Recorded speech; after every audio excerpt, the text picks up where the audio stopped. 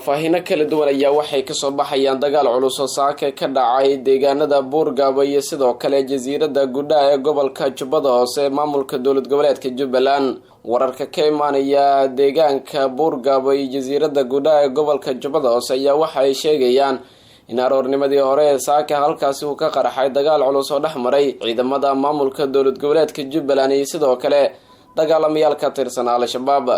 wararka ayaa waxay sidoo kale inta ku darayaan in xubno ka tirsan dagaalamayaasha Al-Shabaab ay aroornimadii hore ee saaka weerar ku bilowday qaraxyo ay ku qaadeen saldhigyada ciidamada Jubbaland ku leeyihiin aagaga xadka ay wadaagaan Soomaaliya iyo Kenya, gaar ahaan deegaanada Buurgabo iyo sidoo kale jasiirada Gudhaa ee gobolka Jubbada Hoose maamulka dowlad goboleedka Jubbaland. dhanka kale saldhigyadan ay degnaayeen ciidamada daraawiishta maamulka dowlad goboleedka Jubbaland ayaa sida la sheegay aroornimadii hore ee saaka dagaalamayaal ka tirsan Al-Shabaab ay ku qaadeen weerar loo adeegsaday qaraxyo iyadoo sidoo kale kadib uu xigay dagaal toos ah oo dhexmaray ciidamada daraawiishta maamulka dowlad goboleedka Jubbaland iyo sidoo kale xubnihii ka tirsan Al-Shabaab ee weerarka ku soo qaaday halkaasi. wararka naga soo gaaray halkaasi ayaa waxa ay sheegayaan in labadan dhinac ay ku wada dagaalamay halkaasi isku adeegsanayaan hubka noocyadooda kala duwan iyadoo sidoo kale lagu soo waramayo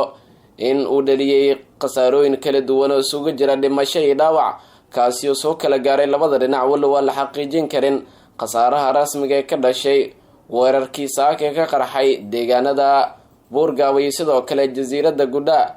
ee gobolka Jubbada Hoose maamulka dowlad goboleedka Jubbaland. geesta kale Al-Shabaab ayaa qoraal ay ku baahiyeen barahooda bulshada waxay ku sheegeen inay la wareegeen deegaanada Buurgabo iyo sidoo kale jasiirada Gudhaa isla markaana qasaaro culus ay halkaasi ku gaarsiiyeen ciidankii halkaasi ku sugnaa. dhankooda saraakiisha ciidamada daraawiishta maamulka dowlad goboleedka Jubbaland ayaa sheegay inay iska difaaceen weerarkii ugu yimid xubnaha ka tirsan dagaalamayaasha Al-Shabaab, waxayna sidoo kale inta ku dareen in dagaalkan ay ku dileen xubno badan oo ka tirsan dagaalamayaasha Al-Shabaab.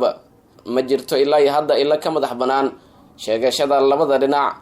waxaana sidoo kale lagu soo waramayaa in wili ay kacsan tahay xaaladda deegaanada Buurgabo iyo sidoo kale jasiirada Gudhaa ee gobolka Jubbada Hoose maamulka dowlad goboleedka Jubbaland kadib weerarkii culus ee saaka halkaasi ku qaadeen xubno ka tirsan dagaalamayaasha Al-Shabaab iyadoo sidoo kale halkaasi uu dagaal toos oo ku dhexmaray ciidamada daraawiishta maamulka dowlad goboleedka Jubbaland iyo sidoo kale dagaalamayaasha Al-Shabaab.